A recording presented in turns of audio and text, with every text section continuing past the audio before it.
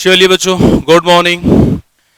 तो आज से अपन लोग एक नया टॉपिक शुरू करेंगे, जो ट्वेल्थ जूलॉजी का one of the most important topic है बेटा, और वो है ह्यूमन रिप्रोडक्शन या एनिमल एम्ब्रियोलॉजी। अच्छा, एनसीईआरटी में इस टॉपिक को दो टॉपिक्स में कवर किया हुआ है। एक तो ह्यूमन रिप्रोडक्टिव सिस्टम और रिप्रोडक्टिव हेल्थ। ठीक है। चैप्टर थोड़ा लंबा है, जूलॉजी के हिसाब से अपन देखें तो एक लंबा चौड़ा चैप्टर है, हाँ, लेकिन इंपॉर्टेंट भी है। One of the most important topic है, और ऑन एवरेज हर साल इससे आपके 6 या 7 क्वेश्चन बेटा जरूर आते हैं। आप देखो, लास्ट ईयर 2019 में आए थे 18 17, तो तब से लेकर अब तक रेगुलर बेसिस पर इसमें 6 या 7 क्वेश्चन हर साल एआईपीएमटी में आते हैं, यानी एक मेजर टॉपिक हो गया। अब एक्सपीरियंस बेस बताऊं, देखो मैं आप लोगों को इतने साल हो गए पढ़ाते हुए, मुझे 10 साल, ये 10 साल चल रहा है। तो इस टॉपिक में मेनली प्रॉब्लम देखो आपको जो आती है, मैं आपको पहले बता दूं, वो आती है मेंस्ट्रुअस साइकिल के हॉर्मोन्स। अब मेंस्ट्रुअल साइकिल के जो हार्मोन है वो आपको नहीं आते या समझ में कम आते हैं, तो फिर उधर सारे क्वेश्चन गलत, और वो गलत तो फिर रिप्रोडक्टिव हेल्थ में जो मेडिसिन है वो समझ में बिल्कुल नहीं आती। कॉन्ट्रासेप्टिव मेडिसिन है कई बच्चे पूछते हैं सर प्रेगनेंसी तो प्रोजेस्टेरोन हार्मोन होता है, प्रोजेस्टेरोन हार्मोन प्रेगनेंसी हार्मोन है, वही फिर पिल में भी दिया जाता है। अरे दिमाग लगाओ, ये चैप्टर फिर से बिल्कुल रटने वाला नहीं है, बिल्कुल भी रटने वाला नहीं है। 100% कॉन्सेप्चुअल मैं बोल रहा हूं, और मैं आपको बिल्कुल इतना एक्यूरेटली इसको पढ़ाऊंगा और इतना डिटेल में और इतना आसान करके पढ़ाऊंगा कि आपने कभी नहीं पढ़ा होगा। बिल्कुल बिल्कुल इजी, जितना इजी कर सकते हैं बेटा अपन, जितना इजी कर सकते हैं, जितनी इजी लैंग्वेज बना सकते हैं। अपनी लैंग्वेज अपने को ज्यादा अच्छा समझ में आता है, ये बात हमेशा याद रखना, ठीक है। हम लोग भी ऐसा नहीं है कि इंग्लिश मीडियम में फ्लुएंट इंग्लिश बोल दो या हिंदी मीडियम में फ्लुएंट हिंदी बोल दो, दोनों ही पॉसिबल नहीं होता। हम लोग वही पढ़ाते हैं जो ऑलरेडी चला आ रहा है अपने देश में या कोचिंग इंडस्ट्री में जो चला आ रहा है, ठीक है। एनिमल एम्ब्रियोलॉजी, चलो बेटा शुरू करते हैं। सबसे पहला क्वेश्चन बस ध्यान से सुना, इस टॉपिक में सबसे इंपॉर्टेंट जो पार्ट होता है वो ग्रेफेन ऊजेनेसिस से शुरू होता है। ऊजेनेसिस, ग्रेफेन फॉलिकल और मेस्टोसाइकिल, और इनमें लगभग 4-5 लेक्चर लग जाते हैं। ये वाला पार्ट समझ में आ गया ना आपको, तो आगे का पूरा भी समझ में आएगा। रिप्रोडक्टिव हेल्थ से 2 या 3 क्वेश्चन उस अकेले से आ जाते हैं, जो छोटा सा है, हार्डली 2 घंटे का टॉपिक भी नहीं है, और उससे 2 या 3 ट्यूशन जरूर आते हैं। वो तभी समझ में आएंगे क्योंकि देखो, जितनी भी कॉन्ट्रासेप्शन से ज्यादातर फीमेल खाती है, तो फीमेल की बॉडी पर ही वो वर्क करेगा। Male reproductive system structure wise थोड़ा सा कॉम्प्लिकेटेड है, कि टेस्टिस बाहर है, फिर स्पर्म बाहर निकलेंगे, एपिडर्मिस, वास देफरेंस, हाँ, सेमेनल वेसाइकल, काउबर, प्रोस्टेट, ऐसा लंबा चौड़ा सा पार्ट होता है। फीमेल में बड़ा आसान होता है, vagina, uterus, fallopian tube, ovary, खत्म बात। फीमेल की बेटा एनाटॉमी बड़ी आसान है, पर फिजियोलॉजी बहुत कॉम्प्लिकेटेड है। मेल की एनाटॉमी बात करें थोड़ी सी कॉम्प्लिकेटेड है, फिजियोलॉजी तो कुछ है ही नहीं, जरा सी है, बस 2-3 हार्मोन में खत्म हो जाती है। हाँ, तो बहुत आसान है। और कुल मिला के फीमेल को वाले पार्ट में जो हार्मोन वाला पार्ट है वो मेरी टेंशन है। मैं रिटर्न में गारंटी ले रहा हूं तुम लोगों से कि एक एक बच्चे को, ये नहीं कि जो अच्छा इंटेलिजेंट बच्चा है उसी को, एक एक बच्चे को 100% हार्मोन याद होंगे पूरे चैप्टर में। आप मॉड्यूल का एक एक क्वेश्चन सोल्व कर लेना, एक भी कभी गलत नहीं जाएगा, गारंटी मैं दे रहा हूं। बस सुनना है और जितना में लिखना उतना लिख लेना। इसमें आपके लिए चूंकि डायग्राम बहुत सारे लिखूंगा मैं, और फ्लो चार्ट की फॉर्म में ज्यादातर है, तो ये जो लिखवा रहा हूं ये फुल एंड फाइनल है। आपको ये पढ़ने के बाद जब नीट देने जाओ तो ये पढ़ जाना, मैं जो यहाँ लिखवा रहा हूँ इससे बाहर कुछ भी नहीं आएगा। पूरा मॉड्यूल मैंने इसके अंदर डाल दिया बेटा, पूरी एनसीईआरटी मैंने इसके अंदर डाल दी, खत्म, कुछ भी बाहर से नहीं आएगा, ठीक है। चलिए चैप्टर शुरू करते हैं, रिप्रोडक्टिव सिस्टम। तो फर्स्ट क्वेश्चन, मेरा पढ़ाने का तरीका पता लगी कि मैं लिखने पे थोड़ा कम, समझाने पे थोड़ा ज्यादा ध्यान देता हूं, इसलिए बोलता हूं ध्यान से सुना करो। क्लास में भी यही बोलता था मैं ना, ऑफलाइन में। कोई भी ऑर्गेनिज्म रिप्रोडक्शन क्यों करता है सर? अपने आप को इकोसिस्टम में मेंटेन करने के लिए। भाई एक प्लांट है, उसने नया प्लांट बनाया, तो बस फिर वो नया बनाएगा F1 जनरेशन, F2, F3, बस अपने आप को मेंटेन करने के लिए। बस रिप्रोडक्शन, कोई स्पीशीज इकोसिस्टम में अपनी स्पीशीज को मेंटेन करने के लिए रिप्रोडक्शन करती है। हाँ, और क्या लॉजिक है? That's all. रिप्रोडक्शन अपने आप को इकोसिस्टम में इस प्लानेट पर मेंटेन करने के लिए होता है, दैट इज कॉल्ड रिप्रोडक्शन। अब हम लोग बायोलॉजी में बेटा जिस ब्रांच के अंदर, जिस ब्रांच में हम लोग रिप्रोडक्शन स्टडी करते हैं, उसको हम लोग बोलते हैं डेवलपमेंटल बायोलॉजी। अब इस शुरू वाला पार्ट इंट्रोडक्शन है बेटा, बड़ा आसान है, डाइवर्सिटी पढ़ रहे हैं हम लोग थोड़ा सा। तो जिस ब्रांच के अंदर हम लोग रिप्रोडक्शन स्टडी करते हैं उसको हम लोग बोलेंगे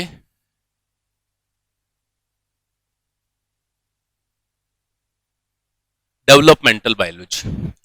अब डेवलपमेंटल बायोलॉजी में कहां से लेके कहां तक पढ़ा जाता है? सबसे पहले बात करें जो है एग बना,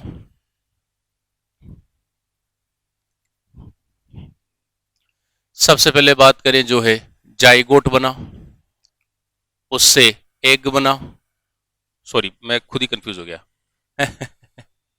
सबसे पहले बेटा एग ही तो बनेगा, फिर फाइनली जाइगोट बनेगा, और फिर फाइनली चाइल्ड बनेगा। आपको क्या सर, आप तो पहली बार भी भूल गए, हो जाता कभी कभार, ठीक है। अब डेवलपमेंटल बायोलॉजी को बेटा अपन टू पार्ट्स में क्लासिफाई करते हैं, टू पार्ट्स में क्लासिफाई करते हैं। एक है प्री नेटल डेवलपमेंट, यानी जो बर्थ से पहले का डेवलपमेंट है, अर्थात एम्ब्रियोनिक डेवलपमेंट, और एक है पोस्ट नेटल डेवलपमेंट, जो जन्म के बाद का है, आफ्टर बर्थ है। अब आफ्टर बर्थ जो है ना, वो अपन ऑलरेडी पढ़ चुके हैं बेटा। फिजियोलॉजी जो अपन लोगों ने पढ़ी वो आफ्टर बर्थ ही तो पढ़ी। मैंने आपको हार्ट पढ़ा है, बच्चे का पढ़ा है नहीं पढ़ा है, एडल्ट का पढ़ा है, किडनी पढ़ा है किसकी पढ़ा है, एडल्ट की पढ़ा है, लीवर पढ़ा है, ब्रेन जो जो पढ़ा है। तो हम लोग जो 11th में ह्यूमन फिजियो पढ़ते हैं बेटा, वो ऑलरेडी हम आफ्टर बर्थ क्या क्या डेवलपमेंट होता है, कैसे होता है, ये सब पढ़ चुके हैं ना। तो देखा जाए तो वहां पढ़ चुके हैं। तो यहाँ हम लोग बेटा प्री नेटल पढ़ेंगे। तो डेवलपमेंटल बायोलॉजी को बेटा हमने दो पार्ट्स में क्लासिफाई किया। एक है प्री नेटल डेवलपमेंट, बेटा ये होता है बिफोर बर्थ। एक होता है पोस्ट नेटल। जब मैं बोलूँ ना उस टाइम भी सुन लिया करो, कई बार बच्चों को हैंडराइटिंग क्या होती है कि चूंकि मोबाइल में देख रहे होते हो, कई बार थोड़ी सी प्रॉब्लम हो जाती है, सुन भी लिया करो। पोस्ट नेटल डेवलपमेंट ये कब होगा? ये है आफ्टर बर्थ। और एक तरह से इसको हम लोग 11th में ही पढ़ चुके हैं, यानी फिजियोलॉजी जो पढ़ी ना बेटा, और अभी पढ़ भी चुके हैं हम लोग, तो हो चुका है अपना, ठीक है। अब है prenatal development. Prenatal development मतलब जन्म के पहले, जन्म के पहले डेवलपमेंट कैसे होता है। तो यदि मैं पूरी डाइवर्सिटी की बात करूं, एनिमल डाइवर्सिटी की, तो बेटा तीन तरह से होता है, सेक्सुअल, एसेक्सुअल और पार्थेनोजेनेसिस। ये अपने को आता है, ठीक है। तो तीन तरह से हुआ, मतलब आता है, मतलब नाम पता है, आता है तो नहीं है, मतलब क्योंकि पढ़ ही रहे हम लोग, है ना। फर्स्ट बेटा सेक्सुअल, एसेक्सुअल, पार्थेनोजेनेसिस, ठीक है। बस नाम सुने, आगे कुछ भी नहीं आता, मैं पूरा पढ़ाऊंगा। देखो सेक्सुअल रिप्रोडक्शन क्या होता है, सुनना। सेक्सुअल रिप्रोडक्शन में क्या जरूरी है? एक मेल और एक फीमेल होना, यानी दो इंडिविजुअल होना, या दो अलग अलग गेमिट होना। तो आप कहेंगे सर दोनों का है कि तो मतलब है, मेल मेल गेमिट बनाएगा, फीमेल फीमेल गेमिट बनाएगा, फिर दोनों मिलेंगे। हाँ, लेकिन कुछ ऐसे ऑर्गेनिज्म भी तो है ना बेटा, जैसे बाइसेक्सुअल एनिमल, जो अकेला एनिमल ही बात करें, मेल भी है फीमेल भी है, जैसे अर्थवोम हो गया, टीनिया सोलियम हो गया, तो बहुत सारे एनिमल है। तो है, तो सेक्सुअल रिप्रोडक्शन फाइनली जो आंसर जाएगा वही जाएगा कि सर गेमिट दो तरह के होने चाहिए। अब उसको चाहे एक अकेला बाइसेक्सुअल बनाए या दो अलग यूनिसेक्सुअल, यूनिसेक्सुअल जिसमें से एक मेल है एक फीमेल है, तो गेमिट दो होना जरूरी है। क्या होना जरूरी है? दो सेपरेट गेमिट होना जरूरी है, ठीक है। दैट्स ऑल, ये होता है। तो दो गेमिट होंगे, एक मेल गेमिट होगा एक फीमेल गेमिट होगा, दोनों फर्टिलाइजेशन होगा, हाँ, तो जाइगोट बनेगा, और जाइगोट से जो बच्चा बनेगा वो सेक्सुअल रिप्रोडक्शन वाला बच्चा है, उसको बोलते हैं हम लोग, बात करें oozoid। कैसे लिखता हूं देखो मैं इसको। सबसे पहले क्या होगा इसमें बेटा? सबसे पहले जो फर्स्ट स्टेप है वो है फॉर्मेशन ऑफ गैमेट्स, मतलब सबसे पहले गैमेट बनेंगे, ठीक है। अब सबसे पहले गैमेट बना, फिर क्या होगा बेटा? Second point, fusion of gametes, यानी जो गैमेट है, मेल गैमेट और फीमेल गैमेट है, वो आपस में फ्यूज होंगे। तो फ्यूजन के प्रोसेस को क्या बोलते हैं? फर्टिलाइजेशन। फर्टिलाइजेशन, ठीक है। अब फर्टिलाइजेशन से बेटा क्या बना? फर्टिलाइजेशन से बना जाइगोट, बना जाइगोट। अब जाइगोट से जो बच्चा बनेगा सेक्सुअल रिप्रोडक्शन में, जाइगोट से जो बच्चा बनेगा बेटा, उसको जो ऑफस्प्रिंग बनी, उसको हम लोग बोलेंगे ऊजोइड। सर ऑफस्प्रिंग क्या होती है? अरे F1 जनरेशन मतलब अगली जनरेशन के जो बच्चे हैं ना, उनको ऑफस्प्रिंग बोलते हैं, मतलब संतति हिंदी में बोला तो ऑफस्प्रिंग मतलब अगली जनरेशन जो, उसको ऑफस्प्रिंग बोलते हैं। तो ये सेक्सुअल रिप्रोडक्शन में बनने वाले बच्चों को ऊजोइड बोला जाता है। अभी सेक्सुअल और पार्थेनो में क्या बोलते हैं अभी बताता हूं। अब पता ही क्या है, जाइगोट बनने से लेके ऊजोइड बनने तक का जो प्रोसीजर है, जाइगोट कब बना? एम्ब्रियोनिक डेवलपमेंट में, और बच्चा भी एम्ब्रियो डेवलपमेंट बना, फिर वो पैदा हो गया, बस यही हुआ। तो जाइगोट बनने से लेकर ऊजोइड तक के यानी बच्चा होने तक क्या जो प्रोसेस है बेटा, उसको हम लोग बोलेंगे एम्ब्रियो जेनेसिस। प्रोसेस के पीछे देखो जेनेसिस वर्ड आता है, ग्लाइकोजेनेसिस, ग्लूकोनियोलाइसिस, लाइसिस हो गया सॉरी, तो जेनेसिस मतलब किसी का फॉर्मेशन, एम्ब्रियोजेनेसिस। और जो एम्ब्रियोजेनेसिस है ये तो प्रोसीजर है, लेकिन इस प्रोसीजर की जो स्टडी है बेटा, उसको हम लोग बोलेंगे एम्ब्रियोलॉजी। क्या बोलेंगे? एम्ब्रियोलॉजी। हम उसे बोलेंगे एम्ब्रियोलॉजी। हाँ, तो एम्ब्रियोलॉजी यही है, आपने को इसको डिटेल से पढ़ना है, ठीक है। ये सेक्सुअल रिप्रोडक्शन बना। अब आता है एसेक्सुअल। पहला क्वेश्चन मुझे बताओ, एसेक्सुअल रिप्रोडक्शन में गैमेट बनेगा कि नहीं बनेगा? तो मैक्सिमम बोलेंगे सर गैमेट नहीं बनता, लेकिन याद रखना, हाँ गैमेट नहीं बनता, लेकिन इसका एक एक्सेप्शन है, हाइड्रा। हाइड्रा में गैमेट बन जाता है, लेकिन हाइड्रा फिर भी करता एसेक्सुअल रिप्रोडक्शन है। हाइड्रा में गैमेट बन जाता है, लेकिन हाइड्रा फिर भी करता एसेक्सुअल रिप्रोडक्शन है, यानी गैमेट बन भी गया तो भी उसका कोई रोल नहीं है। तो वैसे तो आंसर यही जाएगा कि sir without formation of gamete new offspring हमेशा सोमेटिक पार्ट से बनेंगे। न्यू ऑफस्प्रिंग हमेशा सोमेटिक पार्ट से बनेंगे, और जिस सोमेटिक पार्ट से बनेंगे, अब वो चाहे एक सेल हो चाहे बहुत सारी सेल हो, उस वाली सेल या सेल के ग्रुप को हम लोग बोलेंगे बेटा ब्लास्टेमा। ब्लास्टेमा कैसे? देखो समझना बात को, मैंने डेफिनेशन कैसे लिखी, देखो मैंने यहां शुरू की,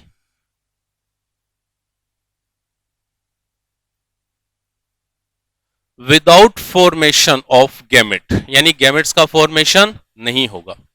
without formation of gametes new offspring, new offspring always, देखो मैंने वर्ड लगा दिया ऑलवेज, सोमेटिक सेल्स या सेल्स, सेल या सेल्स, और उसी को बेटा हम लोग बोलते हैं ब्लास्टेमा, हम उसको बोलते हैं ब्लास्टेमा। और जो ऑर्गेनिज्म बनेगा उसको हम लोग बोलेंगे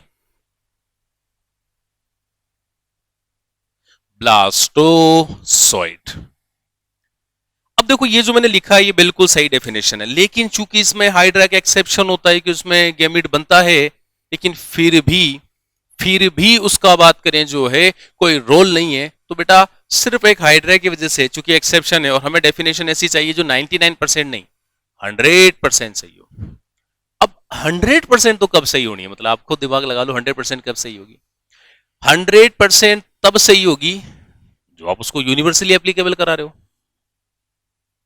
यूनिवर्सली एप्लीकेबल करा रहे हो। तो देखो ध्यान से सुनना, इधर देखो, यहां आंसर जाएगा बेटा विदाउट फॉर्मेशन ऑफ गैमेट, यानी कोई गैमेट का फॉर्मेशन नहीं हुआ। न्यू ऑफस्प्रिंग, नई ऑफस्प्रिंग जो संतति है, always formed by somatic cell, वो हमेशा सोमेटिक सेल से बनेगा, सेल या सेल्स, और उस सेल या सेल्स के पार्ट को बोलेंगे ब्लास्टेमा। अब इसमें यदि मैं ये भी लगा दूं विद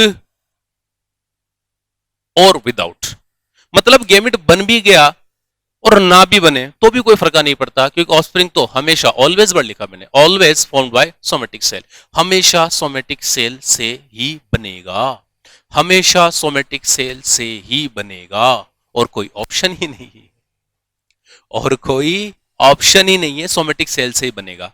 ठीक है, अब जिस सोमेटिक सेल से, यानी ये विद वर्ड केवल हाइड्रा को जैसे लगाना पड़ा, वैसे तो डेफिनेशन बिल्कुल सही है, लेकिन ये भी लगा दो 100% सही है।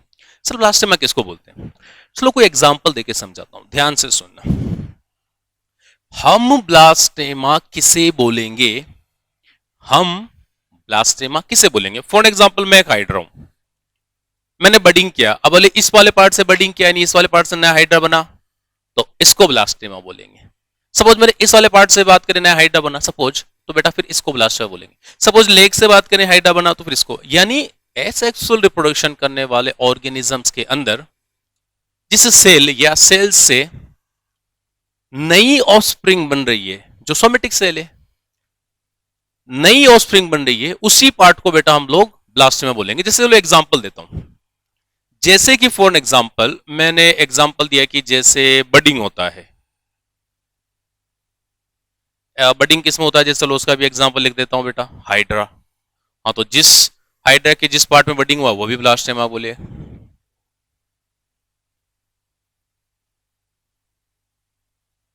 बाइनरी फिजन, जैसे बाइनरी फिजन किसमें हुआ, अमीबा के अंदर हुआ, तो जिस पार्ट में हुआ उसको ब्लास्टेमा बोलेंगे।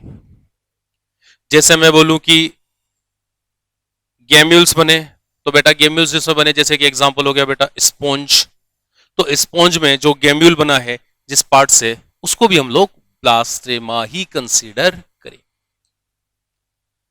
समझ में आ रहा होगा, अच्छे से आ रहा होगा, बड़ा आसान है, ठीक है। थर्ड आता है बेटा पार्थेनोजेनेसिस। पार्थेनोजेनेसिस में चलो बताओ क्या होता है, गैमेट बनता है क्या? हाँ सर, ठीक है, गैमेट बनता है, गैमेट बनता है। तो क्या फिर फर्टिलाइजेशन भी होता है क्या? नहीं सर। देखो सुनो, यहां तो बेटा एक मेल गैमेट होगा और एक फीमेल गैमेट होगा, है ना, फिर फर्टिलाइजेशन होगा, जाएगोट, और फिर बच्चा बन जाएगा। यहां क्या गैमेट नहीं बनता, तो हाइड्रा का एक्सेप्शन इसलिए विद वर्ड लगा रखा, विदाउट फॉर्मेशन ऑफ गैमेट, यानी कोई गैमेट नहीं बनेगा, और सोमेटिक सेल से हमेशा एक न्यू प्रोजेनी बनेगी। वेरी गुड, ठीक है भाई, ये भी हो गया। अगला पार्थेनोजेनेसिस, गैमेट बनेगा और फर्टिलाइजेशन नहीं होगा, और वो अनफर्टिलाइज गैमेट ही नया एक पूरा का पूरा जीव बना देगा, ऑर्गेनिज्म बना देगा, प्रोजेनी बना देगा, बच्चा बना देगा। इसको पार्थेनोजेनेसिस, यानी एक तरह से थोड़ा स्पेशल टाइप का हो गया। जैसा आपने पार्थेनोजेनेसिस वर्ड प्लांट्स में भी पढ़ा होगा, उधर बात करें जो है ना, अरे मतलब प्लांट रिप्रोडक्शन में नाम सुना होगा, ये बोल रहा हूं मैं, ठीक है। तो पार्थेनोजेनेसिस क्या होगा भाई मेरे, पार्थेनोजेनेसिस ये होगा कि सबसे पहले तो होगा भाई मेरे ये process, formation of gamete, but new offspring always formed by unfertilized egg। यानी जो बेटा अनफर्टिलाइज एग है, उसी से बात करें एक प्रोजेनी बन जाएगी, और प्रोजेनी को बोलेंगे हम लोग पार्थेनोट। जैसे एग्जांपल है, अरे हनी भी तो कितना कॉमन सा एग्जांपल है बेटा, मधुमक्खी, हाँ पढ़ा ना एनिमल हस्बेंड्री में, एनिमल्स के हस्बेंड वाले टॉपिक में, एक नाम सुना होगा एनिमल टेक्सोनोमी में आप लोगों ने, एक छिपकली का नाम, एक लिजर्ड है, बात करें सेक्सिकोला अमेरिकाना नाम, उसमें भी बात करें, ठीक है। अब तीनों मैंने पढ़ा दी। एक बात बताओ, इस प्लानेट पर मोस्टली कौन सा रिप्रोडक्शन डोमिनेंट है, सेक्सुअल, एसेक्सुअल या पार्थेनोजेनेसिस? आप कहेंगे सर ये, भाई क्यों डोमिनेंट है? सर आपने एवोल्यूशन में पढ़ाया था कि नेचर हमेशा अच्छे का सिलेक्शन करता है। फिर आपने हार्डी विनबर्ग और नियोडार्विनिज्म जब पढ़ाए थे, तो ये बोला था कि more variation more evolution, no variation no evolution, more variation more evolution, no variation no evolution. तो आप अपने चारों तरफ नजरें घुमा के देखो, पूरी डाइवर्सिटी देखो, मैक्सिमम जगह एनिमल्स और प्लांट बेटा सेक्सुअल करते हैं। सर क्यों करते हैं? क्योंकि बेटा सेक्सुअल रिप्रोडक्शन में आती है वेरिएशन। आप आपके पेरेंट्स के 2 बच्चे हो, 4 हो, 6 हो, 10 हो, कोई एग्जांपल ले लो, 10 के 10 बच्चे अलग होंगे, तो नेचर किसी ना किसी का सिलेक्शन तो करेगी, क्योंकि नेचर को तो वेरिएशन से मतलब रिवोल्यूशन आगे चलेगा। मोर वेरिएशन मोर इवोल्यूशन, और वेरिएशन तो बेटा इसी में आएगी। क्यों आएगी? क्योंकि बेटा गेमिट 2 अलग अलग है, एक मेल गेमिट एक फीमेल गेमिट है, ये एक से नहीं बना, ये 2 के मिलने से बना है। जेनेटिक्स भी पढ़ते हो आप लोग, इसलिए इसमें ज्यादा वेरिएशन है। इसमें वेरिएशन नहीं है और इसमें वेरिएशन नहीं है। आया, ये सेम टू सेम अपने जो जिससे बना उसके जैसा होगा, ये भी जिससे बना उसके जैसा होगा, क्योंकि एक ही गैमेट से बनने, और ये तो इसमें तो गैमेट भी नहीं है बेटा। ठीक है, तो सेम टू सेम पेरेंट के जैसे होंगे पार्थेन और सेक्सुअल, और सेक्सुअल जो है पेरेंट से डिफरेंट होंगे, और हमें डिफरेंट ही तो चाहिए। मोर वेरिएशन मोर इवोल्यूशन, याद कीजिए हार्डी विनबर्ग इक्विलिब्रियम, नाम तो सुना होगा कभी, आगे एवोल्यूशन में पढ़ेंगे, जेनेटिक्स में पढ़ाते हैं बेटा इसको। तो oozoid जो है मैं लिख देता हूं ये मोर वाइटल, और जो कि जो बचेगा फिर रिप्रोडक्शन का चांस भी इसी को मिलेगा। डार्विन का स्टेटमेंट क्या है? Reproductive fitness is one and only ultimate fitness according to Darwin. यानी डार्विन के अकॉर्डिंग रिप्रोडक्टिव फिटनेस ही अल्टीमेट फिटनेस है। यानी आप कोई ऑर्गेनिज्म रिप्रोडक्शन कर सकता है तो वही इवोल्यूशन के लिए काम का है, क्योंकि रिप्रोडक्शन करेगा तो उसके बच्चे बनेंगे। अरे जो रिप्रोडक्शन ही नहीं कर सकता इसका इवोल्यूशन में क्या रोल है? और रिप्रोडक्शन भी यदि वो सेक्सुअल करेगा तो वेरिएशन ज्यादा आएगा और नेचर में सेलेक्टिविटी के चांसेस बढ़ जाएंगे। इसलिए मोर वाइटल है। मोर वाइटल कारण भी लिख देता हूं बेटा मैं यहाँ पे, due to more genetic variation. बाकी ये लेस वाइटल है, अपने को ऐसे पता लग गया। ठीक है, फटाफट से इसको ड्रॉ कर लो, मैं थोड़ा साइड पर जाता हूं।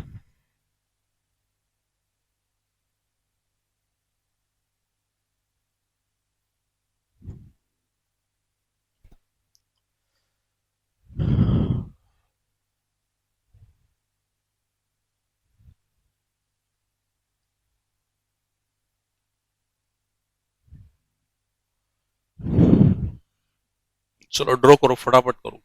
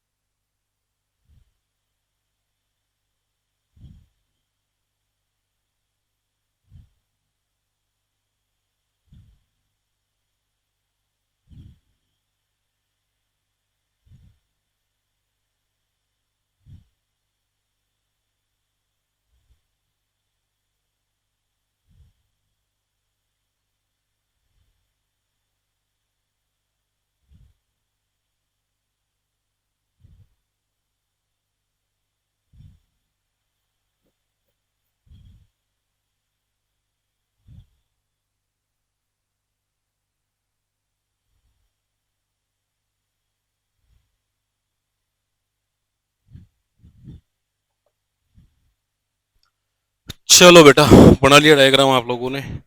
हाँ, चलो बता देता हूँ।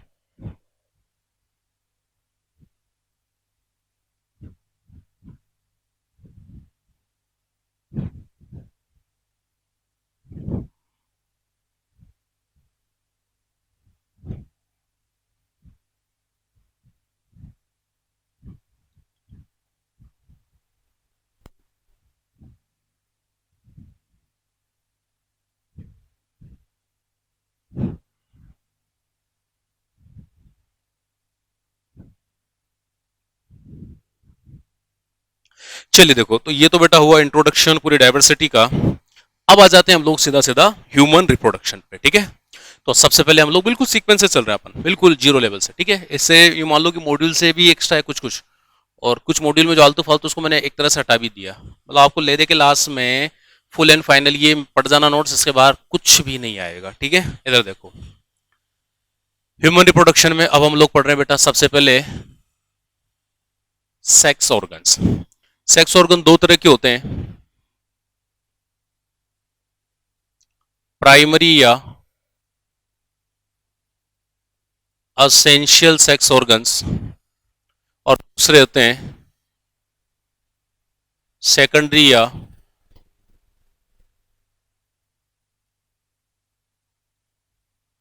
Accessory sex organs. अब प्राइमरी प्राइमरी या असेंशियल सेक्स ऑर्गन और सेकेंडरी या असेसरी, बहुत आसान है यार, है? सुनना ध्यान से। तो कोटा प्राइमरी असेंशियल मतलब जो आवश्यक है, इंपॉर्टेंट है। प्राइमरी की डेफिनेशन है और सेकेंडरी की भी डेफिनेशन है, मन मर्जी से कुछ नहीं लगाना है यहाँ पे। कई बार आते हैं इस तरह के क्वेश्चन, है ना? एनसीईआरटी में नहीं देखा वाला पार्ट, लेकिन क्वेश्चन आते हैं मॉड्यूल में, देखना आप लोग। प्राइमरी बेटा वो ऑर्गन है जो ऑर्गन उस इंडिविजुअल में उसका गैमिट बनाए और उसके सेक्स हार्मोन बनाए। ये इसकी डेफिनेशन है, परिभाषा है क्या, कि हम प्राइमरी उसे मानेंगे, हम प्राइमरी एसेंशियल उसे मानेंगे, they are formation site of gametes and sex hormones. They are formation site of gametes and sex hormone. मतलब ये वो साइट है जहां पर, ये वो साइट है जहां पर गैमेट, जहां पर गैमेट भी बनेंगे और और सेक्स हार्मोन भी बनेंगे। तो चलिए देखो किस किस के लिए क्या क्या होगा। जैसे मैं बोलूं मेल, मैं बोलूं फीमेल। बेटा मेल के लिए कौन होगा, जहां गैमेट कहां बनते हैं मेल के? सर टेस्टीज में। Very good. टेस्टीज बेटा सिंगुलर है और TESTIS ये प्लूरल है, ये बात याद रखना। वैसे छोटी छोटी सी चीजें हैं। फीमेल में बेटा, अच्छा टेस्टीज मेल में क्या क्या बनेंगे बेटा? SPERM, ये मैंने कहा ना, नोट्स इतने शानदार है ना, इससे बार कुछ भी नहीं आएगा। स्पम और SPERM, स्पम्स, ये बेटा प्लूरल हो गया। आप कहेंगे सर ये क्या पढ़ा रहे हो आप, ये तो तीसरी क्लास में पढ़ लिया था हम लोगों ने। कोई बात नहीं, अभी काम आएगा। देखो फीमेल में क्या है बेटा? Ovary, ovary singular, ovaries plural. चलो अब बताओ फीमेल क्या बनाती है? एग, oozoid, oocyte, क्या बनाती है? फीमेल बनाती है बेटा ओवम। ओवम होता है सिंगुलर और जो ओवा होता है वो होता है प्लूरल। एक बनाए तो उसको बेटा ओवम बोलेंगे, और कभी कभार दो बना दिए एक से ज्यादा तो उसको हम लोग ओवा बोलेंगे, ठीक है? तो मेल में बेटा देखो गैमेट टेस्टिस में बनेंगे, और मेल के सेक्स हार्मोन कौन? टेस्टोस्टेरोन, वो भी तो गैमेट टेस्टिस में बन रहा है, वो भी तो टेस्टिस में बन रहा है, ठीक है? तो गैमेट और सेक्स हार्मोन दोनों टेस्टिस बनते हैं।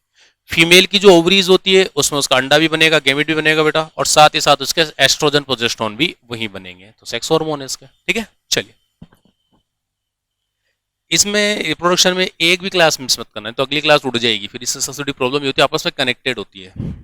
सेकेंडरी सेक्स ऑर्गन की डेफिनेशन क्या है ये समझो। देखो हम सेकेंडरी सेक्स ऑर्गन की डेफिनेशन उससे बोलेंगे कि ऐसे ऑर्गन जो इन गैमेट्स को या तो रास्ता दें यानी पैसेज प्रोवाइड करवाएं, या फिर एनी हाउ फर्टिलाइजेशन में जिनका डायरेक्टली इनडायरेक्टली कोई ना कोई रोल हो।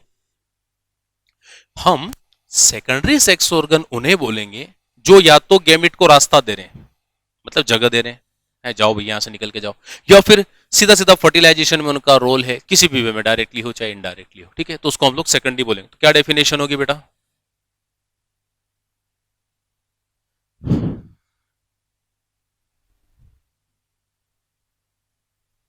दे प्रोवाइड पैसेज फॉर गैमेट, यानी उनको रास्ता देंगे, एंड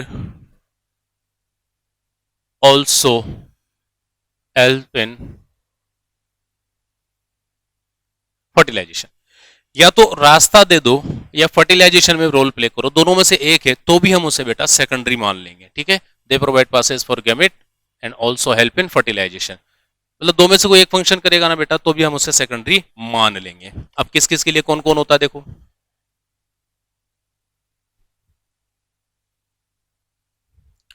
फीमेल,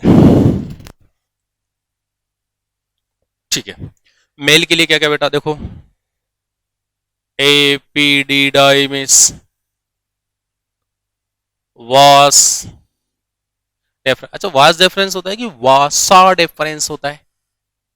बेटा वास सिंगुलर होता है और वासा प्लूरल होता है, बस ये डिफरेंस होता है। Epididymis, vas deferens, seminal vesicle, prostate, Cowper's या बल्बोयूरेथ्रल ग्लैंड, पेनिस। फीमेल की बात करें बेटा अपन तो वेजाइना, यूट्रस, फेलोपियन ट्यूब,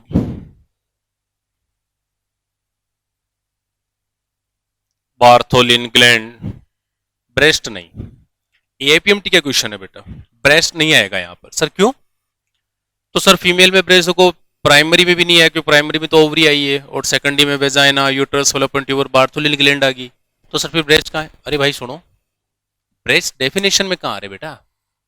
क्या ब्रेस्ट में कोई गेमेट बन रहा है? नहीं। सेक्स हार्मोन बन रहा है? नहीं। ठीक है। ब्रेस्ट किसी भी गेमेट को पैसेज दे रहे हैं? नहीं। फर्टिलाइजेशन में डायरेक्ट इनडायरेक्ट रोल है? नहीं। खत्म बात। तो सर फिर ब्रेस्ट को हमने सेकेंडरी सेक्स ऑर्गन भी नहीं माना, तो ब्रेस्ट फिर किस कैटेगरी में आएंगे भाई? प्राइमरी में हम नहीं आएगा, सेकेंडरी में नहीं आएगा, तो ब्रेस्ट को फिर हम पढ़ेंगे तो रिप्रोडक्शन में सर। और रिप्रोडक्शन में ले देख हम इन्हीं टॉपिक्स को डिटेल से पढ़ने वाले हैं अगले 10-15 लेक्चर में। तो फिर हम लोग ब्रेस्ट को कहां पढ़ें बेटा? ब्रेस्ट फीमेल का सेकेंडरी सेक्स ऑर्गन नहीं है, सेकेंडरी सेक्सुअल कैरेक्टर है। जैसे मेल में दाढ़ी मूंछ आना, फीमेल के अंदर ब्रेस्ट। तो फीमेल में बेटा ब्रेस्ट जो है सेकेंडरी सेक्सुअल कैरेक्टर है, इसको लिख लो। और ब्रेस्ट किसको, वैसे अपन जब ब्रेस्ट डेट पढ़ेंगे तो डिटेल से पढ़ा दूंगा, तो चलो इतना सा लिख लो कि फीमेल में ब्रेस्ट सेकेंडरी सेक्स ऑर्गन नहीं है, सेकेंडरी सेक्सुअल कैरेक्टर है। ठीक है, चलो अब इसको थोड़ा सा ब्रीफ कर देता हूं मैं, वैसे इसी को पढ़ना है ले देके अपने को। एपिडिडाइमिस में देखो टेस्टिस जो है ना, वहां स्पर्म बने। फिर एपिडिडाइमिस में आते हैं और ये लंबा चौड़ा होता है 6 मीटर का। फिर बेटा वास डिफरेंस में आते हैं, तो लिटरली पैसेज प्रोवाइड करा है, क्योंकि इन्हीं के अंदर से तो ट्यूब है, इन्हीं के अंदर से उतारी नाल एक तरह से। ठीक है। सेमाइनल वेसाइकल, प्रोस्टेट और काउपर या बल्बोयूरेथ्रल ग्लैंड, ये तीनों ग्लैंड मिलकर बेटा लिक्विड बनाती है। और ये लिक्विड में जब स्पर्म मिल जाते हैं, स्पर्म मतलब मेल गैमेट, तो फाइनली जो बनता है बेटा उसको हम लोग बोलेंगे सीमन। और बिना इस लिक्विड के, इन तीनों ग्लैंड के लिक्विड के बिना स्पर्म उधर ही मर जाएगा, मेल में ही मर जाएगा। तो जब मेल में ही मर गया बेटा, तो फीमेल तक तो फिर मतलब क्या, मरा हुआ गेमिट गया हो, तो उसका कोई लॉजिक ही नहीं है। तो इनके बिना मेल का गेमिट सर्वाइव नहीं कर सकता, मोटिलिटी नहीं है। यानी ये मेल के गेमिट को, यानी स्पर्म को नरिशमेंट देंगे, न्यूट्रिशन देंगे, उसको बच्चों बेटा जो उसको बात करें आयंस वगैरह देंगे, एनर्जी देंगे, सब कुछ देंगे बात करें जो, और ये दे। तो इन तीनों का सिक्रेशन सुपर इंपॉर्टेंट है, इसके बिना तो फर्टिलाइजेशन हो नहीं सकता। पेनिस लिटरली पैसेज प्रोवाइड करवा रहा है। और पेनिस इंट्रोमिटेंट ऑर्गन होता है। इंट्रोमिटेंट का मतलब होता है बेटा कि जो मेल और फीमेल के बीच में कनेक्शन करवाए। Female do not have any intromittent organ, female के पास कोई इंट्रोमिटेंट ऑर्गन नहीं है। इंट्रोमिटेंट ऑर्गन मेल के पास ही है। और वो बात करें जो है पेनिस है, क्योंकि पेनिस बात करें जो है मेल के गेमेट को फीमेल में, यानी हम इंट्रोमिटेंट ऑर्गन किसे बोलते हैं बायोलॉजी में, कि ऐसा ऑर्गन जो दो बात करें जो है पार्टनर्स के बीच में कनेक्शन बनवा पाए। और पेनिस के थ्रू ही बेटा गेमेट, मेल का गेमेट फीमेल में जाएगा, क्योंकि प्रेगनेंसी की पावर फीमेल के पास है, तो मेल अपना गेमेट फीमेल को दे देगा। ठीक है। तो पेनिस जो है सेकेंडरी सेक्स ऑर्गन भी है और साथ साथ इंट्रोमिटेंट ऑर्गन भी। इंट्रोमिटेंट क्या हुआ? जो दो के बीच में कनेक्शन बनवाए। ठीक है, चलिए आगे चलते हैं। फीमेल की बात करें बेटा अपन लोग तो देखो वेजाइना में गेमिट है, बोलो किसका है वेजाइना में गेमिट? मेल का गेमिट है कि फीमेल का गेमिट है? मेल का गेमिट है कि फीमेल का गेमिट है? फीमेल की वेजाइना में बेटा मेल का गेमिट ही आएगा। फीमेल का गेमिट क्या लेने आएगा? तो ओवरी में रखा हुआ या फिर फेलोपियन ट्यूब में आ जाता है ज्यादा से ज्यादा, उससे आगे नहीं आता, फिर मर जाता है वो। तो मैंने कहा ना, किसी का भी गेमिट हो पैसेज प्रोवाइड, यानी रास्ता देना है किसी के भी गेमिट को। तो फीमेल की वेजाइना बेटा मेल के गेमिट को रास्ता देती है, इसलिए सेकेंडरी सेक्स ऑर्गन है। और साथ ही साथ कोपुलेटरी ऑर्गन भी है। फीमेल कोपुलेटरी ऑर्गन क्या है? वेजाइना। मेल कोपुलेटरी ऑर्गन क्या है? पेनिस। तो पेनिस कोपुलेटरी ऑर्गन भी है, सेकेंडरी सेक्स ऑर्गन भी है, इंट्रोमिटेंट ऑर्गन भी है। कोपुलेटरी मतलब जिससे कोपुलेशन किया जाता है, अपन कोपुलेशन वर्ड यूज करेंगे बेटा इसमें, कोपुलेशन या कोइटस, समझ गए ना? कोपुलेशन या कोइटस। ठीक है, ठीक है। वेजाइना सेकेंडरी सेक्स ऑर्गन भी और कोपुलेटरी ऑर्गन भी है। स्पर्म यहाँ वेजाइना में आएंगे, फिर वो बेटा ऊपर की तरफ यूट्रस में चढ़ेंगे। तो यूट्रस में भी मेल के ही गेमिट को पासेज दे रहा है, फीमेल के गेमिट को नहीं दे रहा है। ठीक है, ठीक है। फेलोपियन ट्यूब, फेलोपियन ट्यूब में तो बेटा फिर दोनों के गेमिट को रास्ता भी देगा, और ये तो रियल साइट है फॉर फर्टिलाइजेशन। भाई फेलोपियन ट्यूब में तो फर्टिलाइजेशन होगा, इधर से फीमेल का गेमिट आया, इधर से मेल का गेमिट आया, तो रास्ता भी दे रहा है और फर्टिलाइजेशन में डायरेक्ट रोल भी है। ठीक है, देखो एक एक चीज को क्रिस्टल क्लियर करके चलो। मैं आपको बताऊं, अपनी लाइफ में मैंने ये रिप्रोडक्शन और इवोल्यूशन दो ऐसे टॉपिक है जो तकरीबन तकरीबन 1.5 लाख बच्चों को पढ़ा दिया, जिसमें से तकरीबन कम से कम 30-35 हजार तो डॉक्टर ही हैं अभी राइट नाउ जो एमबीबीएस कर रहे हैं, कुछ कर चुके हैं जो एमएसएमडी कर रहे हैं। ठीक है, बार्थोलिन ग्लैंड, आप कहेंगे कि सर ये बार्थोलिन ग्लैंड क्या काम करती है, तो देखो बेटा ध्यान से सुनना। बार्थोलिन ग्लैंड जो है ये फीमेल की बात करें वेजाइना की दीवारों में प्रेजेंट होती है। ठीक है, मेल ने अपने गेमिट को इन तीनों ग्लैंड के सिक्रीशन के साथ भेजा, जिसको हम लोग फाइनली बेटा सीमन बोलते हैं। अब वेजाइना में डिलीवर कर दिया, तो बेटा क्या होता है कि वेजाइना की जो पीएच होती है ना, वो हाईली एसिडिक होती है, 3 to 4 के बीच में, 3.5 मान लो। ठीक है, अब इतनी हाई एसिडिक पीएच में यदि मेल का गेमिट जो स्पर्म है वो चला गया, तो बेटा उसकी जाते डेथ हो जाएगी, क्योंकि एसिडिक मीडियम में स्पर्म की डेथ हो जाती है, वो अल्कलाइन मीडियम में मेंटेन होता है, और ये तीनों ग्लैंड उसको अल्कलाइन मीडियम मेल में तो प्रोवाइड करवा देगी। लेकिन मेल ने फिर जब फीमेल वेजाइना में डिलीवर किया बेटा, और वहां तो पीएच कैसी है, एसिडिक है, तो वहां जाने के बाद क्या होगा कि स्पर्म की डेथ हो सकती है। तो हम नहीं चाहते कि मेल का गेमिट फीमेल में जाने के बाद मर जाए। यदि ऐसा हो गया तो बच्चों मनुष्य जाति खत्म हो जाएगी इससे। तो बार्थोलिन ग्लैंड क्या करेगी कि फीमेल जब सेक्सुअली बात करें एक्साइट होती है, तो बार्थोलिन ग्लैंड के सिक्रीशन उसकी वेजाइना के अंदर आ जाएंगे और हाई कंसंट्रेशन में आएंगे, और बेटा ये हाईली अल्कलाइन नेचर के होते हैं। तो ये क्या करेंगे, वो जो वेजाइना एसिडिक है उसको कुछ टाइम के लिए अल्कलाइन बना देंगे। अब इस बार्थोलिन ग्लैंड की एक तरह से देखा जाए तो बहुत सारे फंक्शन है। क्या क्या है देखो मैं बताता, आगे भी पढ़ेंगे यहां भी पढ़ रहे हैं। बार्थोलिन ग्लैंड फीमेल की वेजाइना को अल्कलाइन बनाएगी। अब अल्कलाइन बनाने से इसका एक पर्पस तो सोल ये हुआ कि जो स्पर्म आएगा उसकी डेथ नहीं होगी, और यहां भी वो सर्वाइव करेगा फीमेल की बॉडी में भी। दूसरा, ये जो बार्थोलिन ग्लैंड के सिक्रीशन होते हैं, क्योंकि क्वेश्चन आपके एआईपीएमटी में आया था, ये स्टिकी माफ कीजिएगा म्यूसिलेजेनस नेचर के होते हैं, चिपचिपे नेचर के होते हैं। तो ये क्या करेंगे, वेजाइना को लुब्रिकेट कर देते हैं, लुब्रिकेशन का काम करेंगे, ताकि मेल अपने पेनिस को आसानी से बात करें जो है फीमेल की वेजाइना में इंसर्ट कर सके। तो इसके दो फंक्शन हो गए, एक तो ये बात करें जो है लुब्रिकेशन का काम करेगी ताकि कोपुलेशन में कोई प्रॉब्लम ना हो। क्वेश्चन इस तरह से आया था, what will happen if the Bartholin gland is removed. तो फिर दो ऑप्शन देख लेना, दोनों, और दोनों ए और बी इस तरह से दे रखा तो दोनों सही है। एक तो स्पर्म की डेथ होने से बचाएगा, और साथ ही साथ बात करें लुब्रिकेशन जो है वो करेगा। ठीक है बेटा, तो फ्रिक्शन वगैरह ना हो। ठीक है, तो ये दोनों काम करेगा। तो ये है इस तरह से मैंने लिख ही दिया कि ब्रेस्ट सेकेंडरी सेक्स ऑर्गन नहीं है, सेकेंडरी सेक्सुअल करेक्टर है बेटा। ठीक है, फटाफट से लिख लो इनको, फिर आगे चलते हैं। आप लोग तुरंत लिखो। चलो बेटा लिख लिया, चलो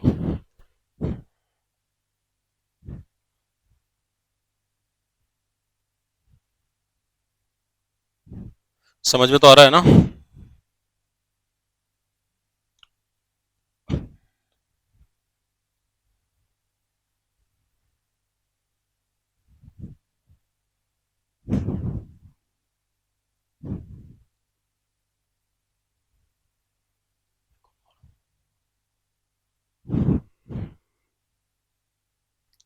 चलिए देखो, तो ये हुआ जो है सेक्स ऑर्गन हो गया। अब पढ़ते हैं बेटा अपन इनका डेवलपमेंट की, कैसे कैसे इनका डेवलपमेंट हुआ। ठीक है,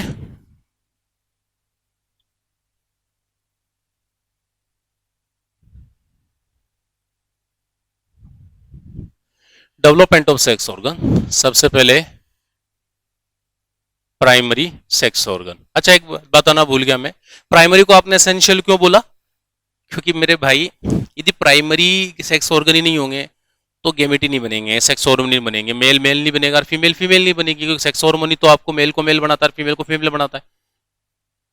अब जब गेमेट ही भी और गेमेट भी नहीं बनेंगे, तो बेटा जब गेमेट ही नहीं बने तो सेकेंडरी जो सेक्स ऑर्गन है वो रास्ता किसको देंगे, फर्टिलाइजेशन किसका कराएंगे, तो वो तो एसेसरी हो गए, इसलिए ये एसेंशियल है प्राइमरी। ठीक है, अब इनका डेवलपमेंट कैसे होता है ये समझो। Primary sex organ, secondary sex organ. Primary जो सेक्स ऑर्गन है लाला, प्राइमरी सेक्स ऑर्गन कौन कौन है बेटा, अभी पढ़ा है 5 मिनट पहले ही। मेल के लिए कौन, टेस्टिस, फीमेल के लिए ओवरीज। कैसे डेवलपमेंट होता है चलिए डिटेल से पढ़ते हैं, ठीक है। अब हर चीज डिटेल से पढ़ेंगे अपन। सुनना, तो बेटा मेल में टेस्टिस हो चाहे फीमेल में ओवरीज हो, अब मेरी लैंग्वेज सुनना, क्योंकि कुछ चीजें इतनी एडवांस है या इतनी डीप में है कि अपन हर चीज को लिखवा नहीं सकते कि मैं बोल रहा हूँ। आपकी इच्छा हो तो आप लिख लिया करो, कोई इशू नहीं है, पोज मार दिया करो, लिख लिया करो, खत्म बात। एक एक वर्ड को ध्यान से सुनना, क्योंकि यदि मैं हर चीज लिखवाने लग गया तो फिर अपना सिलेबस भी मान लो कि डबल हो जाएगा, क्योंकि समझ रहे हो ना बात को। प्राइमरी सेक्स ऑर्गन मेल में टेस्टिस, फीमेल के अंदर ओवरीज। अब मेल में टेस्टिस जो है आप कहेंगे सर वो तो मेल की बॉडी के बाहर स्क्रोटम सेक में प्रेजेंट है। हाँ। फीमेल की जो ओवरीज है सर वो तो बॉडी के अंदर ही है। हाँ। तो सर ये डेवलपमेंट इनका कब हुआ, कैसे हुआ, किससे हुआ, इंपॉर्टेंट क्वेश्चन है। पहला क्वेश्चन, सर डेवलपमेंट कब हुआ? यार एम्ब्रियोनिक डेवलपमेंट में हुआ। जैसे आपके घर पे एक मेल बेबी पैदा हुआ और एक फीमेल बेबी पैदा हुआ, तो बेटा उन दोनों के अंदर सारे ऑर्गन ऑलरेडी है ना? हाँ है। इसका मतलब वो अपने जब माँ के यूट्रस में थे तब ये बन चुके थे। हम और आप जब पैदा हुए, तो जब पैदा हुए थे तो हमारे सेक्स ऑर्गन डेवलप थे, बिल्कुल डेवलप थे। टेस्टिस थे मेल में और फीमेल में ओवरीज थी, बिल्कुल थी। इसका मतलब डेवलप कब होते हैं? Embryonic develop. और आप पैदा हुए तो हार्ट था ना, लीवर था ना, किडनी था ना, ब्रेन था ना, पेनक्रियास था ना, तो गोनाड्स भी थे। इसमें ज्यादा दिमाग क्यों लगाना है? ठीक है। सेकंड क्वेश्चन, सर डेवलप किससे होते हैं? तो डेवलप होते हैं बेटा मीजोडर्म से, ठीक है, मीजोडर्म से। ये भी क्लियर हो गया। थर्ड क्वेश्चन, कैसे डेवलप होते हैं, फिर इनकी पोजीशन क्यों चेंज हो जाती है सर? फीमेल की ओवरीज तो हमेशा एब्डोमेन कैविटी में रहती है, लोअर एब्डोमेन कैविटी में, और मेल के टेस्टिस बॉडी से बाहर निकलकर बात करें जो है स्क्रोटम सेक में चले गए सर, दोनों टेस्टिस स्क्रोटम सेक में चले गए। ऐसा क्यों हुआ? तो देखो समझो, एम्ब्रियोनिक डेवलपमेंट में जैसे कोई मेल है चाहे फीमेल है, दोनों के अंदर बेटा सबसे पहले जो डेवलपमेंट होगा, मेल में तो दो टेस्टिस और फीमेल में दो ओवरीज, दोनों का डेवलपमेंट एब्डोमिनल केविटी में ही होता है, लोअर एब्डोमेन केविटी में। लेकिन फीमेल की जो टेस्टिस हैं वो एब्डोमिनल केविटी में ही रहेंगे। फिर फीमेल पैदा हो जाएगी, बड़ी हुई, मेस्ट्रुअल साइकिल शुरू हुआ, थोड़ी और बड़ी हुई, बात करें प्रेगनेंसी हुई और उसे बच्चा भी दे दिया, तो फीमेल का जो अंडा आएगा वो ओवरी से आया है और ओवरी एब्डोमिनल कैविटी में थी, है और रहेगी। That's all. देखो लैंग्वेज में बिल्कुल आसान यूज कर रहा हूं, ठीक है ना, ढंग से सुनना, मेन समझाना होता है। अब आते हैं मेल में। मेल में क्या होता है बेटा कि मेल के टेस्टिस बनते तो एब्डोमिनल कैविटी में, लेकिन बाद में डिसेंड करते हुए ये यहां से सरकते सरकते सरकते नीचे की तरफ खींचते हुए जाते हैं। कैसे जाते हैं वो अगली क्लास में पढ़ाऊंगा, जब मैं टेस्टिस आपको उनकी डिसेंडिंग ऑफ टेस्टिस समझाऊंगा ना तब। अभी तो फिर डेवलपमेंट पढ़ रहे हैं। एब्डोमिनल कैविटी में बने और डिसेंड होते होते स्क्रोटम सेक में चले जाते हैं। अब क्वेश्चन, अच्छा कौन से महीने में जाते हैं? लगभग 8वें महीने के आसपास। यानी सपोज किसी के 8 महीने से कम का बच्चा मेल बेबी पैदा हुआ, लड़का पैदा हुआ, लड़का किसी के घर में लड़का पैदा हुआ 8 महीने से पहले का 7.5, तो उसमें स्क्रोटम में बेटा ऑब्वियसली बात है टेस्टिस नहीं रहेंगे, क्योंकि वो अभी अंदर ही हैं, वो धीरे धीरे बाहर आ जाएंगे और उसमें आ जाते हैं, फिर कोई प्रॉब्लम नहीं होती, ठीक है। अब सुनना, मेल के अंदर टेस्टिस बॉडी से बाहर क्यों निकले और फीमेल में क्यों अंदर ही रहे, इसका लॉजिक सुनना। देखो सुनो, अब यू मानो कि फिजियोलॉजी जो है ना, मैं अभी तो नाटी पढ़ रहा है, लेकिन फिजियोलॉजी का वाला पार्ट भी मैंने अभी से शुरू कर दिया। मैं हर दिन बार बार रिपीट करूंगा, जो इंपॉर्टेंट टर्म्स है वो बार बार रिपीट होते होते होते आपको 2-3-4 लेक्चर के बाद आपको लगेगा कि सर अब तो सब समझ में आने लग गया, या अपने को जो क्वेश्चन सोल्व नहीं होते थे वो तो फट फट फट सोल्व हो जाएंगे। मेल में बेटा टेस्टिस के अंदर जो स्पर्म बनते हैं वो प्यूबर्टी एज के बाद बनते हैं, और एक हेल्दी मेल पर डे 10 की पावर 12 से 10 की पावर 13 स्पर्म बनाता है। 10 की पावर 12 से 10 की पावर 13 स्पर्म। अब इतने स्पर्म बनाने के लिए सोचो बेटा कितना सारा माइटोसिस होगा, कितना सारा मियोसिस होगा, है? माइटोसिस, मियोसिस, समसूत्री विभाजन, अर्धसूत्री विभाजन। हाँ, माइटोसिस होगा, मियोसिस होगा, इतना सारा, और इतना सारा माइटोसिस मियोसिस हमारी बॉडी टेम्परेचर अलाउ नहीं करेगी, क्योंकि हम लोग ह्यूमन है और हम ट्रू वार्म ब्लडेड एनिमल है, गर्म खून के एनिमल। हमारा बॉडी टेम्परेचर हमेशा फिक्स है 37 के आसपास। अब हमारा बॉडी टेम्परेचर जब 37 के आसपास फिक्स है, तो उस टेम्परेचर पर इतने स्पर्म पर डे नहीं बन सकते, और मेल को इतने स्पर्म डेली बनाने कैसे, आगे पढ़ेंगे, फिलहाल छोड़ो। तो मेल चाहता है कि वो अपने गेमिट को रेगुलर बेसिस पर बनाए, कंटिन्यू बनाए, बिना रोक टोक के बनाए। तो उसको टेम्परेचर कम चाहिए, तो बॉडी ने टेस्टिस को बाहर निकाल, बोले तुम बाहर जाओ, अंदर तुम इतने गेमिट बना नहीं सकते, तो जाओ। तो टेम्परेचर की वजह से तो बाहर जब आए बेटा स्क्रोटम में, तो यहां 2 से 2.5, 2 से 3 मान लो, 2.5 होता है वैसे, 2 से 3 डिग्री सेल्सियस कम टेम्परेचर है, और वो स्क्रोटम में मेंटेन होगा, और वो भी हाइपोथैलेमस करवाएगा, आगे पढ़ेंगे इस वजह से। तो सर फिर फीमेल में? नहीं नहीं नहीं बेटा, फीमेल में क्या होता है, देखो मैं एक बात बताऊं, जितने भी गैमेट बनने हैं फीमेल के अंदर, जितने भी गैमेट बनने हैं वो तब ही बन चुके हैं, वो तब ही बन चुके हैं जब फीमेल खुद एक एम्ब्रियो थी, इवन 6 मंथ की एम्ब्रियो थी।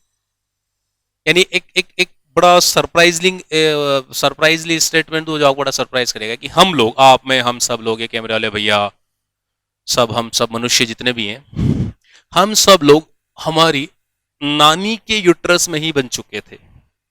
अब आप कहेंगे सर हम हमारी नानी के यूट्रस में बन गए थे? बिल्कुल, उधर ही तैयार हो गए थे हम लोग 50%। तो क्योंकि मेल अपना गेमिट फ्रेश बनाता है, हर दिन बनाता है, ठीक है। फीमेल अपने गेमिट हर दिन नहीं बनाती, वो खुद इतनी सी थी ना, इतनी सी 6 महीने की, तभी उसकी चिन्नी चिन्नी सी छोटी छोटी सी ओवरीज में जितने भी गेमिट है, गेमिट सेल ही तो बेटा, वो भी हैप्लॉइड सेल है, तो सेल कितनी सी होती है? जरा सी होती है। जितने भी लाखों गेमिट है वो तभी बन चुके हैं जब वो खुद 6 महीने की है, यानी अपनी माँ के यूट्रस के अंदर सेट है। तो फिर वो पैदा होगी, फिर मेस्ट्रो साइकिल आएगा, मेस्ट्रो साइकिल में वो केवल गेमिट को रिलीज करती है, बनाती नहीं है। ओनली गेमिट को रिलीज करती है, बनाती नहीं है। तो एक बात बताओ ना, मैंने सही तो बोला, हम लोग 50% अपनी माँ, माफ कीजिएगा, अपनी नानी के यूट्रस में बन चुके थे। आप कहेंगे सर कैसे? लगाओ ना दिमाग, आप और मैं, हम सब, हम जिस गैमेट से बने, मैं अपनी मदर के गैमेट से बना, आप अपनी मदर के गैमेट से बने, तो हमारी मदर में वो गैमेट कब बना? जब मदर खुद क्या थी? नानी के यूट्रस में थी। और खुद की एज कितनी थी? एज ही नहीं थी, क्योंकि हम एज तो पैदा होने के बाद मानते हैं, एम्ब्रियोनिक डेवलपमेंट था भी तो, और एम्ब्रियोनिक डेवलपमेंट का भी सिर्फ 6वां महीना। यानी आप बने किसी गैमेट से, वो आपकी मदर ने रिलीज किया। मदर के अंदर बेटा वो गैमेट कब बना? जब मदर खुद एक एम्ब्रियो थी। मदर में एम्ब्रियो कहाँ होगी? नानी की यूट्रस में। तो अपन 50% उधर ही बन गए थे। फिर नानी की यूट्रस, अब इमेजिन करो कि 50-60 साल पीछे जाओ, मदर, नानी का यूट्रस, वहाँ मदर ओनली 6 मंथ की। देखो बायोलॉजी पढ़ रहे हैं, है ना, ओपन माइंडेड रहा करो, ठीक है। नानी का यूट्रस, यानी 50-60-55 साल पीछे चले जाओ, जितनी आपकी मदर की एज है उससे 3 महीने एक्स्ट्रा जोड़ दो, उतने साल पीछे जाओ। नानी का यूट्रस, नानी के यूट्रस में मदर, मदर के अंदर छोटी सी मदर, उसके अंदर छोटी छोटी ओवरीज, ओवरीज के अंदर बेटा गेमिट जितने बनने तो बन चुके थे। फिर वो नानी ने मदर को जन्म दिया, फिर मदर बड़ी हुई, बड़ी होने के बाद बात करें जो है मेस्टोसाइकिल शुरू हुआ। फिर बात करें जो है फर्टिलाइजेशन हुआ आपके फादर के गेमिट से। फिर उसमें क्या हुआ बेटा कि आप पैदा हुए, और अभी आप ये वीडियो देख रहे हो, तो आप 50% कब बने थे? नानी के यूट्रस में। आ रही समझ में बात? तो हम लोग तो कितनी शानदार बायोलॉजी है ना अपनी, ये लोग तो बायोलॉजी पढ़ने में मजा आता है, और स्पेशली तब जब टीचर नॉलेजेबल हो, आपको सर आप खुद अपनी तारीफ खुद ही कर लेते हो, करनी पड़ती है, क्या करें। तो होता क्या है, देखो हम लोग बेटा 50% अपनी नानी के यूट्रस से बन चुके थे। अब आप कहेंगे कि सर चलो ठीक है, मान लिया आपकी बात, फीमेल से गैमेट को रिलीज करती है, लेकिन सर टेस्टिस फिर बॉडी के अंदर ही क्यों रही, बाहर क्यों नहीं आई? क्योंकि बेटा जितने गैमेट बनने थे बन गए, अब उनको केवल रिलीज करना है। तो रिलीज करने में टेम्परेचर का क्या रोल है? बनाने थोड़ी डेली इतने गैमेट फीमेल को, फीमेल तो हर महीने का एक रिलीज करती है, 1 साल के 12, और पूरी जिंदगी में 450-500 गैमेट रिलीज कर पाती है। तो उसमें तो नॉर्मल सा माइटोसिस होना है, नॉर्मल सा मियोसिस, हर महीने एक का मियोसिस होना है केवल, तो एक का मियोसिस में क्या है, जबकि यहाँ तो हर दिन इतने का मियोसिस और माइटोसिस होना है। तो मेल में बेटा क्या होते हैं कि जबरदस्त नंबर में स्पर्म बनते हैं, और जबरदस्त नंबर में स्पर्म बनते हैं, तो इतने सारे स्पर्म बनने के लिए लो टेम्परेचर रिक्वायर्ड है। जबकि टेस्टिस के साथ ऐसा, माफ कीजिए, ओवरीज के साथ, फीमेल के साथ ऐसा नहीं, उसमें जितने बनने थे तभी बन गए जब खुद एक एम्ब्रियो थी, फिर वो पैदा हुई, बड़ी हुई, और मेसोसाइकिल शुरू होने के बाद हर महीने वो एक गैमेट रिलीज करती, तो एक का मियोसिस तो हो जाएगा ना, कोई इश्यू नहीं है, ठीक है, इस वजह से। तो कैसे हुआ, देखो इधर देखो,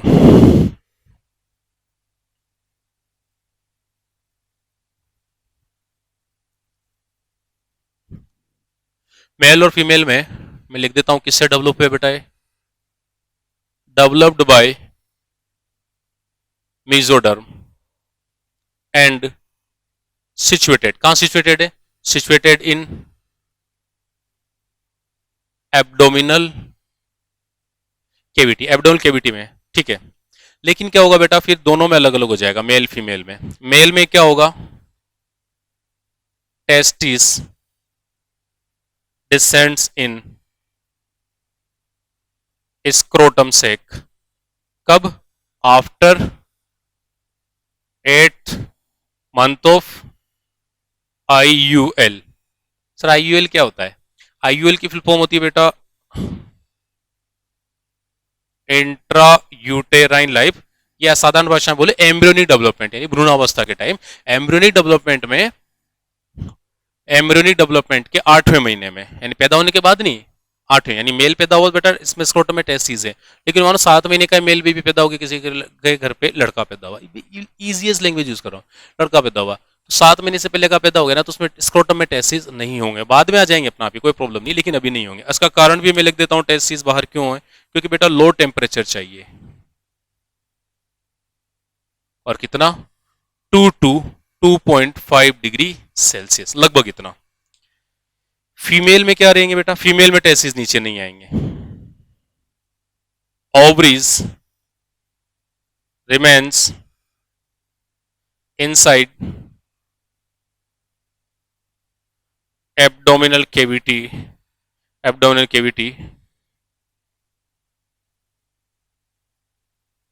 थ्रू आउट लाइफ, पूरी जिंदगी फीमेल के अंदर ओवरीज जो है एब्डोमिनल केविटी में रहेंगे, बाहर नहीं आ रहे, टेंशन ना लो। क्यों, क्योंकि उसको तो हर महीने बस एक मियोसिस करना है साहब, और एक मियोसिस हो जाता है, कोई इश्यू नहीं है उसके अंदर, ठीक है। तो इस तरह से होता है, तो फीमेल के ओवरीज हमेशा यहाँ रहेंगे, फीमेल और मेल के जो टेस्टिस है बेटा नीचे निकलकर बाद के एब्डोमिनल केविटी से निकलते हुए नीचे गए और स्क्रोटम सेक में आकर सेट हो गए, और जिंदगी भर फिर यहीं ही रहेंगे, क्योंकि उसको कम टेम्परेचर चाहिए होता है। टेम्परेचर मेंटेन किया जाता है इसका, नहीं तो मुझे पता है तुम्हारे लोगों के मन में डाउट आ रहा होगा, सर गर्मी में तो फिर अंदर का 37 है, तो यहाँ तो 50 हो रहा है अभी राजस्थान में, तो टेंशन ना लो, उसको हाइपोथैलेमस मेंटेन कर लेता है, ठीक है ना। तो ये लिख लो, आई थिंक आज के लिए सफिशिएंट है, काफ़ी सारा हो गया, काफ़ी सारा पढ़ लिया अपन ने, ठीक है। फिर बाकी का see you in next class, तब तक के लिए tata bye bye, good night बेटा।